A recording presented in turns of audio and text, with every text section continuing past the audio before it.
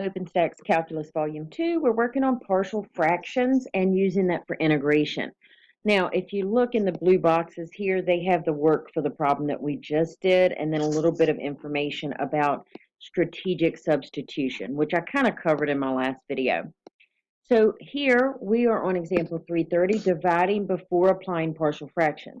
We had a problem that we divided on. We had a problem that we did partial fractions on, but we haven't done both yet. Here's what happens. I have the same power top and bottom. So I need to use my long division skills again, and we got good at this already. I know you did. X squared minus 4 into x squared plus 3x plus 1. So if I do x squared over x squared, I get 1. Then I multiply, I think I changed my colors around, sorry, by my x squared minus 4.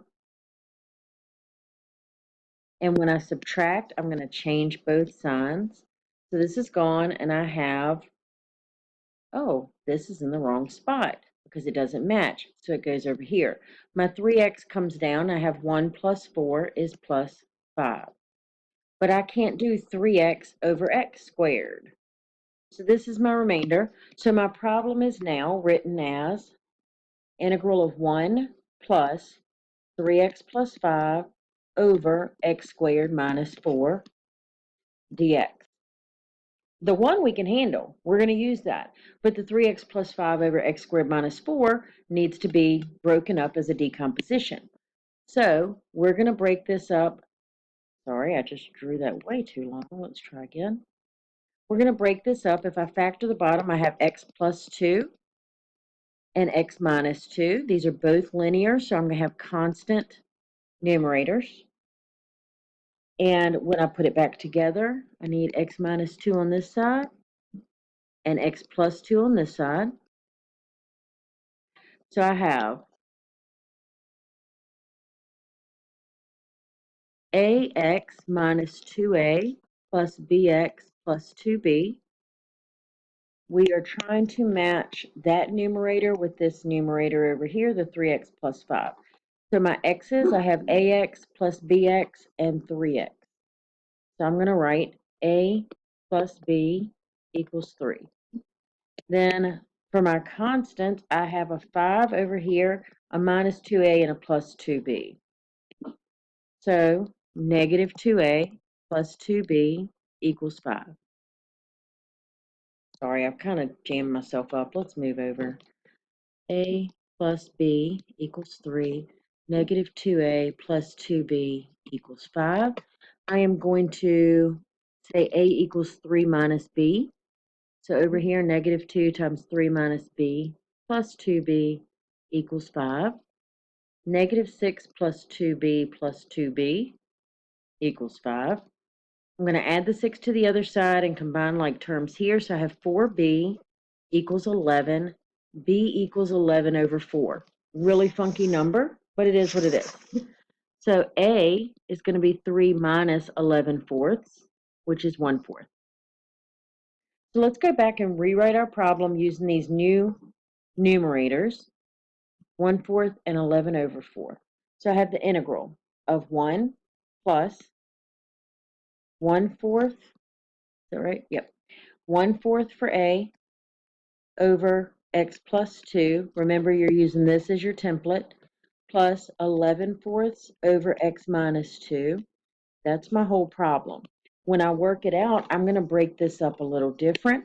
I'm going to say integral of 1 dx plus 1 fourth integral of dx over x plus 2 plus 11 fourths integral of dx over x minus 2. Always double check your u substitution to make sure you're not missing anything. If u is x plus 2, then du is dx. If u is x minus 2, then du is dx. So when we integrate, we have x from the integral of dx plus 1 fourth ln x plus 2, absolute value, plus 11 fourths ln absolute value x minus 2 plus c. Not too shabby, guys. All right. Now let's look at a problem where we're going to apply partial fractions after we do some substitution. Okay? So, oh, trig. Trig always comes back to get us, doesn't it? So here we have the integral of cosine x over sine squared x minus sine x dx. If we say that u is sine x, then du is cosine x dx. And we have the integral of du over u squared minus u. Double checking to make sure I'm not missing anything. Okay, so I'm going to rewrite it actually as 1 over u times u minus 1 du. And if we take our 1 over u minus 1, and we partial fraction decomposition it, we have a over u plus b over u minus 1 times u minus 1 times u. So we have a u minus a plus bu over u minus 1. Since our original numerator was just a 1, that was not the highlighter I thought it was, sorry. Then I have a constant. Negative a is 1. I don't have any u's on top of there, so that's going to be a 0. So I'm going to do my u's, au plus bu. A plus b is 0, and negative a is 1.